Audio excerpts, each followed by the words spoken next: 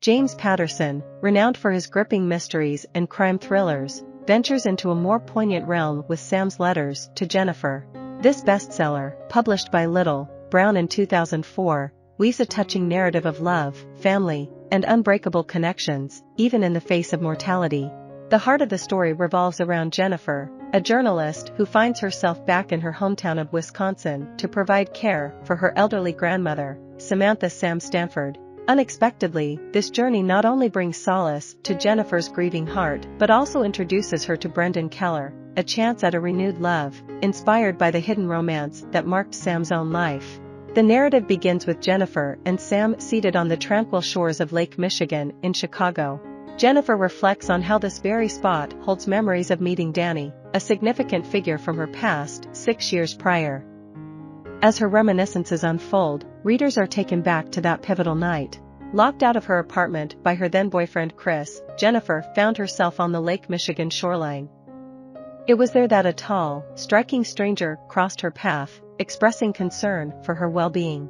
Initially resistant to comfort, Jennifer brushed him off, but he returned with a warm cup of coffee, sparking a connection that became inseparable.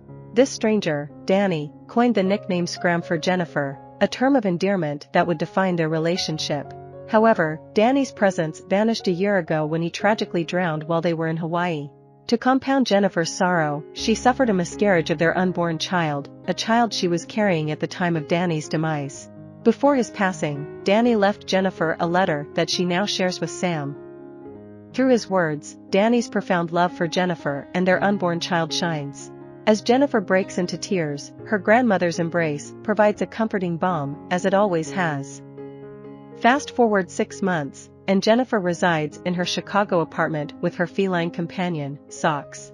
After tentatively re-entering the dating scene, a process she finds unpleasant and still grappling with moving forward, Jennifer's life takes an unexpected turn. A phone call shatters her routine. It's Reverend John Farley, a familiar figure from her family's past in Lake Geneva, Wisconsin. Reverend Farley delivers urgent news: Jennifer's grandmother, Sam, has suffered a fall and is now in a coma. Without hesitation, Jennifer hops into her Jaguar and heads to Lake Geneva to be by Sam's side. Arriving at the hospital, the severity of the situation becomes apparent. The doctors are uncertain if Sam will ever awaken from her coma. Jennifer, deeply concerned, decides to stay at Sam's lake house, a place that holds cherished memories of her childhood, to be close to her grandmother. In the bedroom that was always hers during visits, Jennifer discovers a table covered in letters.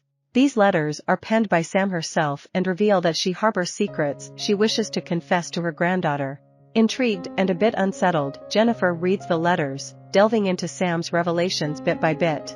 The first letter jolts her with the revelation that Sam's love for Charles, her husband of many years and Jennifer's grandfather, was never genuine. While the news is uncomfortable, Jennifer senses that Sam intended for her to find and read these letters, compelling her to continue. As she immerses herself in these confessions, Jennifer not only navigates the waters of her grandmother's past, but also tends to her at the hospital. During her stay, Jennifer reconnects with Brendan, an old childhood friend who has become a doctor. Like her, he carries fond memories of Lake Geneva and seeks solace in the familiarity of the place. Jennifer's recent dating experiences have left her cautious about love, seemingly immune to its allure.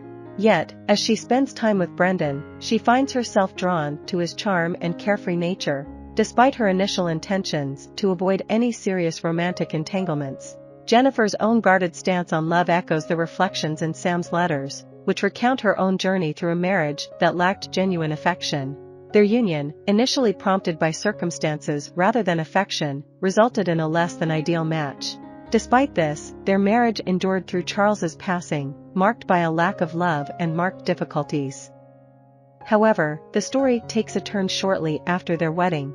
Jennifer experiences a newfound emotion, love, when she meets a local man named Doc. Their enduring love affair becomes a source of solace for Jennifer, helping her navigate the challenges of an unhappy marriage during a time when divorce was not a viable option for many. As Jennifer's relationship with Brendan deepens, he unveils a revelation that rocks her to her core: he has been diagnosed with a brain tumor. This disclosure rattles Jennifer's newfound sense of emotional connection. Just as she's opening herself up to love once more, the prospect of losing Brendan looms over her. Without informing Jennifer, Brendan departs Lake Geneva for a risky surgery that offers hope for his survival, even though the procedure itself poses considerable danger. Meanwhile, Sam emerges from her coma, though she grapples with her diminished state of health. Jennifer, now juggling the complexities of her grandmother's condition and Brendan's absence, is steadfast in her support for him during his arduous recovery from the surgery.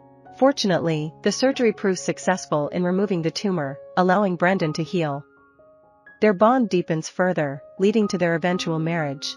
Amidst these developments, Jennifer unravels the identity of Doc. A surprising revelation reveals that he is none other than Reverend John Farley, a longtime friend of the family.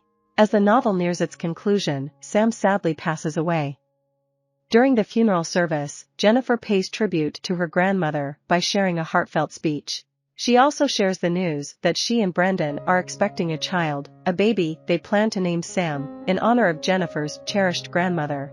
In the final pages of the book, Jennifer and Brendan's journey comes full circle as they welcome their own child into the world, a beautiful and hopeful continuation of their evolving love story. I hope you enjoyed this video. Leave a like if you did and be sure to subscribe. Thank you.